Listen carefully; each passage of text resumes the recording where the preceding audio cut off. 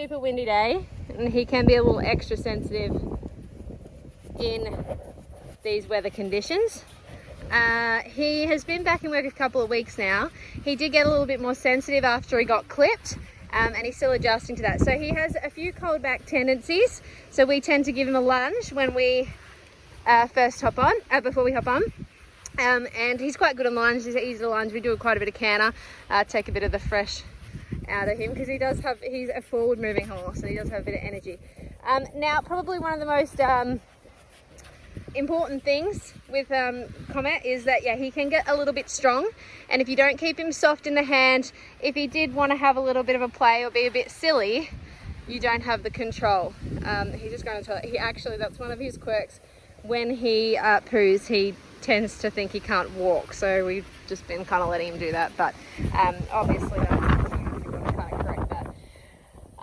So with that, talking about him being a little bit on the strong side, it works two ways. So the first way is that he can just be strong on both reins and start to go a little low in the front and a bit on the forehand. Obviously, when you're trying to improve your level of control, you want the horse to be physically and mentally engaged. So if he starts to throw his weight onto the forehand, that impacts our level of control. Okay, so we really want to make a lot of half halts. He can be a little bit strong in the mouth, and we've actually just been talking about, we're going to probably play around with some bits, because that bit he's got on is quite soft. So you'll see, you know, and just the type he is and stuff, you'll see when you make a half halt, you have to be pretty clear about it. You know, it's quite a firm vibrate on both sides. So yeah, one thing is working on him staying in his own balance and maintaining his own rhythm. He's always in a little bit of a hurry. So when we soften the reins, we want him to stay in his own balance, and that means keep maintaining his posture. So not dropping onto the forehand, not coming above the bit. We just want him to stay nice and light and soft in the hand when we soften the reins. We also want him to maintain the rhythm. So if we make him go slow and we soften the reins, we want him to stay slow and stay in that rhythm, you know, not to rush off when we soften the reins, because that means we're holding him in the rhythm. So it's really a lot of, you know, correct and soften. And we want to refrain from trying to hold him, because obviously that's going to make him a little bit tight and tense. And it's all about trying to get him to let go and relax and accept the leg and move with his whole body, you know, instead of getting a little up down. So that's the first thing. The second key to riding Comet is controlling the outside shoulder. This is especially important on the left rein, so not how Ben's going now. When we're going left, he's actually a lot better with it now, but when he first arrived, he would tend to fall out through the right shoulder, and we want to nip that in the butt right away before that happens, because obviously you start to lose shoulder control, you know, then if there is any moments of concern, you know, you don't have that control. So when you first go to trot, Comet loves to canter, and he is bloody good at it. He has a fantastic canter. He's an amazing jumper. There's no denying that. So when he first goes to trot, we always find him wanting to go to canter. So you can see that that's there. That's always at the start of the ride. Now, I know, you know, it's not ideal, but every horse is different. And at the beginning of the ride, we really want to just keep him between the hand and the leg. And you can even see, this is the straightaway, but you can see that he's just drifting ever so slightly through the left shoulder. So yeah, you can see now Ben's gonna, and this is a great way to get him to accept your leg as well if he's a bit touchy when you get on. So Ben's gonna be making left flexion, carrying his right hand, and he's gonna be just steering that shoulder towards me a little bit by vibrating the left fingers or rotating the left wrist and unlocking the left side of his jaw. Then popping the left leg on the girth and trying to yield his shoulder towards me. So we're going to be pushing him towards me. And through that little sideways leg yield feeling, we should find more straightness, more shoulder control. And that should enable us to kind of be able to, like, because we're straightening his body. It's like if he falls out, it's like he becomes sort of a slinky, you know, he gets too bent and kind of coiled up. Yeah, we want to think that by making him straight, by pushing him in, we elongate his body and stretch him out again. Okay, because you can see what type he is. He's already compact, short, you know, we don't need him to be any more bottled up. We want to make him long and relaxed and stretching, but not leaning, pulling or strong, you know. So it's a a few balls in the air with Comet. Good. So Ben will do this until he feels like he can really get that left leg on without any overreactions. I think that I'm a bit naughty, I don't know why. I always warm up everything on the left rein first and then go right. It's probably better for Comet. He's a little less sensitive going right. It is probably better. Ben's got it on and gone right, as opposed to when I get on and go left, which is his more wobbly way, and it's a little harder. So you can kind of get a bit going. Good, he's just making some transitions there.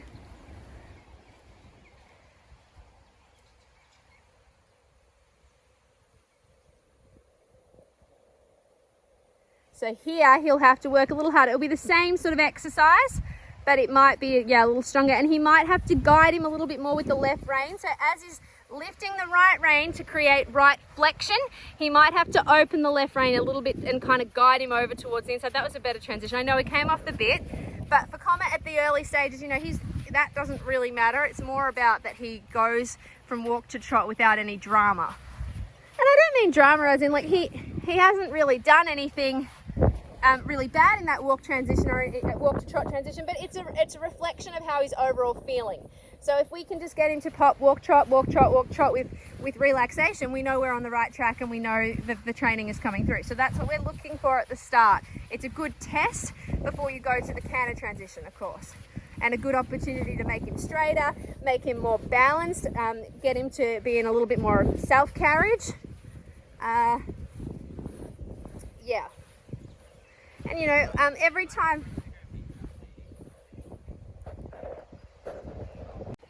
Okay, sorry guys for the little break. I just had to meet a client dropping off yet another heavy one coming up. So it was a Percheron Cross Clydie, that one. So yeah, Clydie Cross galore here at the moment. Good. So what we're doing here, Ben's just showing you guys we're doing some trot, halt, rein back. So this serves a couple of purposes. First is that because he can get a little strong, a little on the forehand, the rein back is sort of the beginning of the collection, okay? So it's the ultimate shift the weight from the front end onto the hind legs, okay? That's great for him as well. Any resistance, it's going to really show up. So there might be a bit of ugliness here, which you guys just have to, you know, be aware of. Good, super. The second thing that happens here, so for a horse that can get a little bit up in the back sometimes, when we do the rein back, it really contracts and expands the back, okay? So it's working those muscles, it's helping him, kind of almost makes him let go a little bit if he's feeling a little bit sticky. So we'll do one more, Ben. And it also helps you correct any resistance in the jaw as well and lighten that up. Good. Super. All right, we'll do a couple of them the other way, then we'll have a canter. So that's a great, super useful tool for Comet.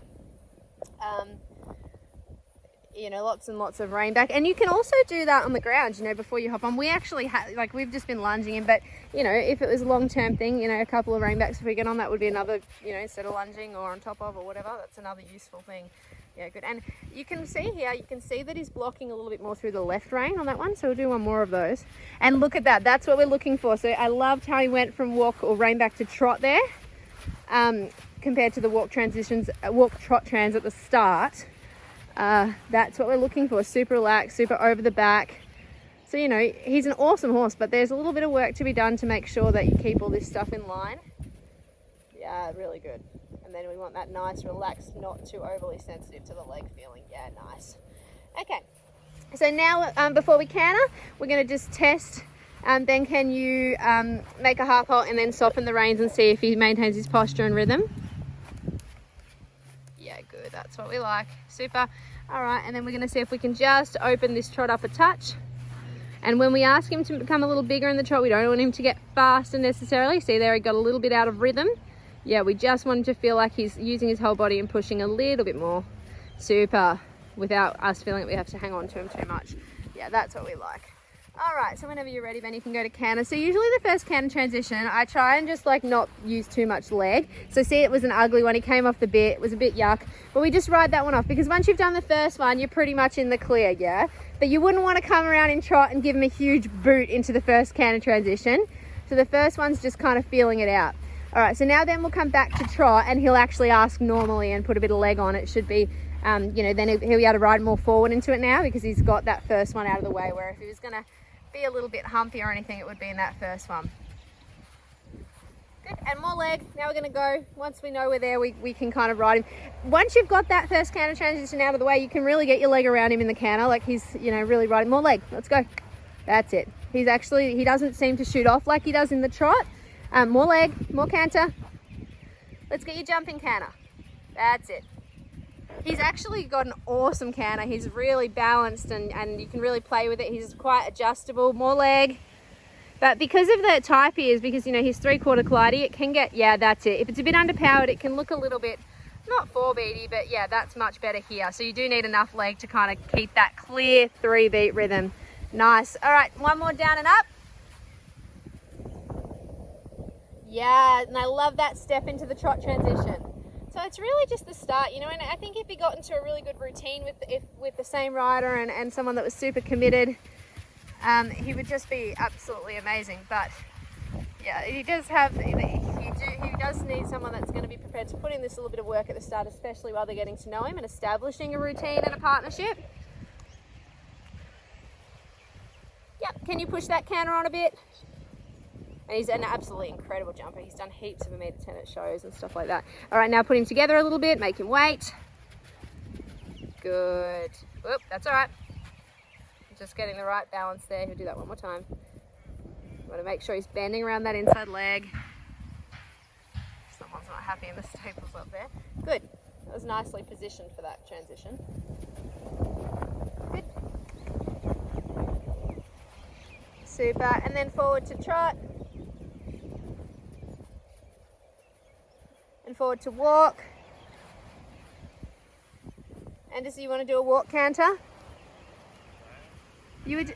I've been doing heaps of them. He likes walk canter. I was just going to show you guys because the walk canter is a little easier than the trot canter sometimes with him. I think he's done quite a lot of that in the past. So it's really neat and tidy. So that's another way, you know, as well. Sometimes we've had days where we've gone walk canter before trot canter as well, because he seems a bit more relaxed about that. Generally, I find gets a little bit more uptight when you're starting in the trot. So that's sort of where you just got to be aware. All right, when you're ready to go trot, change rein. He actually isn't very spooky at things. That was a little bit unusual for him, but you know, good that you guys can see what he does if he has a little spook like that when the young horses down in the paddock there just moved. But that's not, yeah, like one, you know, he's more that little sensitivity to the leg, those kind of small, you know, cold back tendencies that make him a little bit specific, rather than, yeah, like he doesn't get too spooky in his environment. I guess in that sense he's had a lot of exposure over the years. He's done a lot of different things, hunting, show jumping, all that kind of stuff. So he's pretty good with that, hacking out and all that sort of stuff.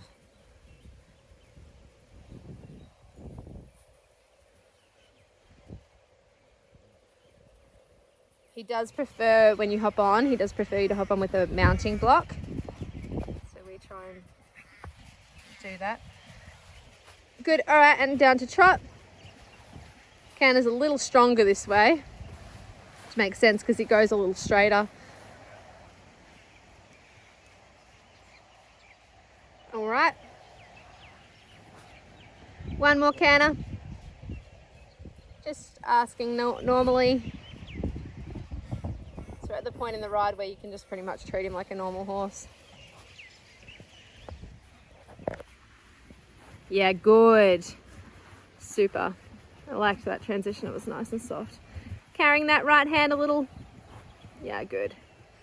I just like to remind Ben of that every now and then. Just after his shoulder surgery, sometimes he has to remember it feels different now. It can get a little low. Good. And you can just see him there correcting and softening on that right rein. So he's kind of vibrating and then giving him space just to soften him up. And also to make his neck a little straighter. He's maintaining that outside rein pressure. Yep, and as he's fiddling around with that straightness and balance, you can see just dropped out, but no drama, we just pick it back up. You know, he's just playing around with all those things, making him a bit lighter, softer. Good, and then forward to walk. I'm going to do a walk canter this way. And that'll probably do him unless you're jumping him. We already put extra jump footage up though that you guys can go and see if you want. So if you're interested in Comet, there should already be surplus to this video. There should already be 2 videos live on YouTube.